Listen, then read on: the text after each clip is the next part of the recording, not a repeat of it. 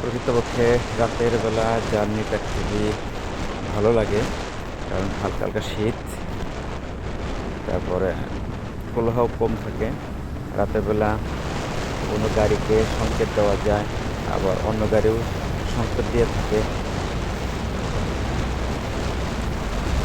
রাতের বেলায় যে কোনো ধরনের পথচারী, সিএনজি, অটোরিক্সা এগুলোর পরিমাণ কম থাকে।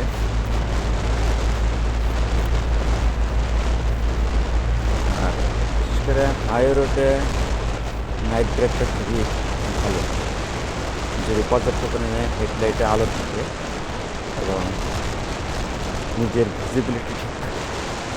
যদিও কিছু কিছু ক্ষেত্রে কোনো কোনো জায়গায় রাতের বেলা বেশি কিছু ট্রাক চলে,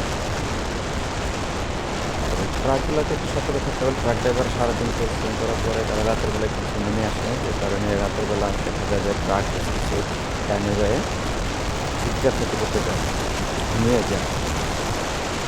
ট্রাকগুলো থেকে সতর্ক থাকতে বলে বাস ড্রাইভার এখন বর্তমান যুগে যথেষ্ট পরিমাণে সচেতন এবং অনেক ভালো মানুষ এখন তারা জব হিসাবে নিয়েছে এবং চাকরি করে।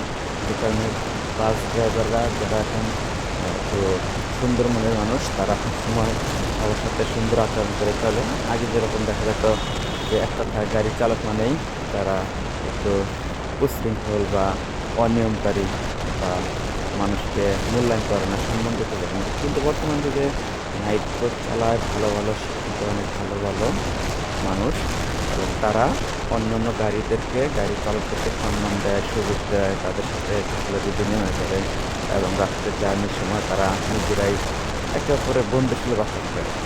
আমি আমার নাইট ড্রাইভের অভিজ্ঞতা অনেক, আমি অনেক নাইট ড্রাইভ করেছি। আমি দেখছি যে বড় বড় গাড়ি এবং অনেক পাওয়ারফুল গাড়ি তারা রাতের বেলা যাচ্ছে, তারা হয়তো কোনো কারণে রাতের যাত্রীদের নিরাপত্তার কথা চিন্তা করে 110 বা 115 এর উপরে গাড়ি টানতেছে না। ঠিক কোনো কারণে হয়তো আমি আমার টাইমের কারণে হোক বা প্রয়োজনীয়তার কারণে হোক গাড়ি একটু গতিতে চালাচ্ছি।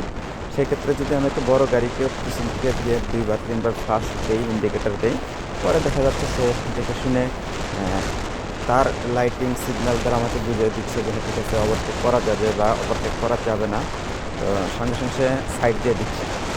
বড় বড় গাড়িকে আমি দেখছি তারা কিন্তু নিজেদের গাড়ির ক্ষমতা বা নিজেদের গাড়ি নিয়ে তারা হিংসাত্মকভাবে কখনো যে পিছনের গাড়িগুলোকে আটকিয়ে রাখা, সেই কাজটা করে না। এখন বর্তমানে বড় বড় গাড়িগুলা পিছন থেকে যে সিগন্যাল দেওয়া হয়, তারা সুন্দর তাদের জায়গা নিয়ে অপর গাড়িকে সাইড দিয়ে দেয়, যে কারণে কমপক্ষে দ্রুত গতিতে